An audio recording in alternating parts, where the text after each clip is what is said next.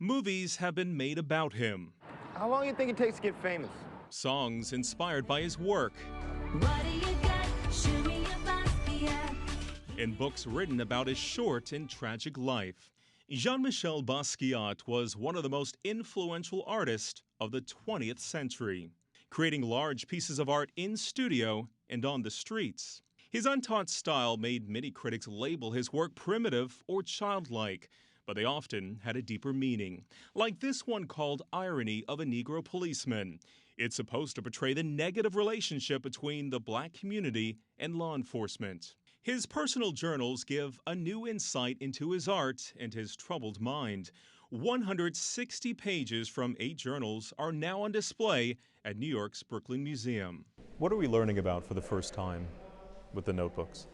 You can see the artist process, you can see all these themes that he fleshed out and returned to. You can see him experimenting with text as image and concrete poetry and wordplay and all of these things. Gives a better foundation of his Well, of his then when artwork. you look at the larger work, you can see, I mean, sometimes it's a very literal reference to a phrase or a word that he's visited before in the notebooks.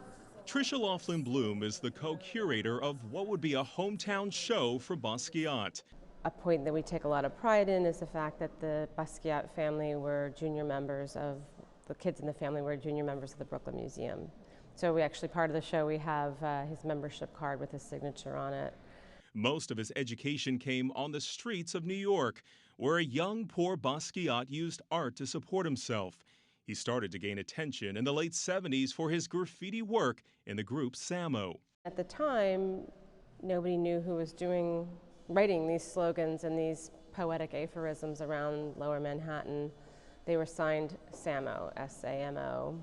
And Samo was really a pseudonym for a collective of artists. It was mainly him and a friend. And at that point, he left his home in Brooklyn. He dropped out of high school near the end and decided he was going to get his education on the street, and he wanted to make it as an artist.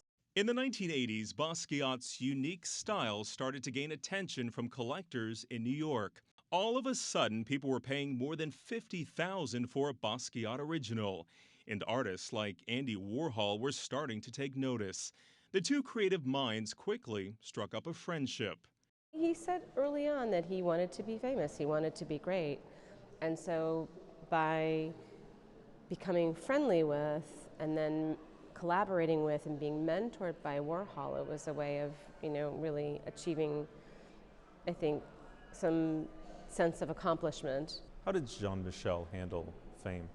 I think that, when you read his journals and you listen to his interviews, you also hear him a lot of ambivalence about getting so famous so quickly at such a young age. It seems the more famous Basquiat became, the deeper he fell down a rabbit hole of drugs and depression.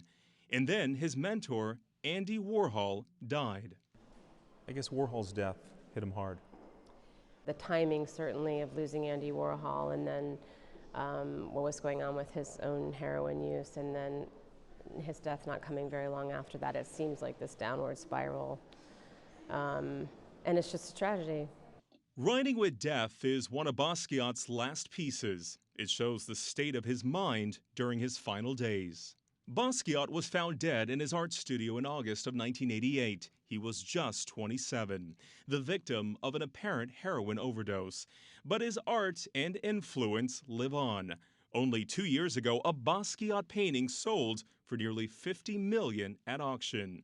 Thomas Drayton, Al Jazeera.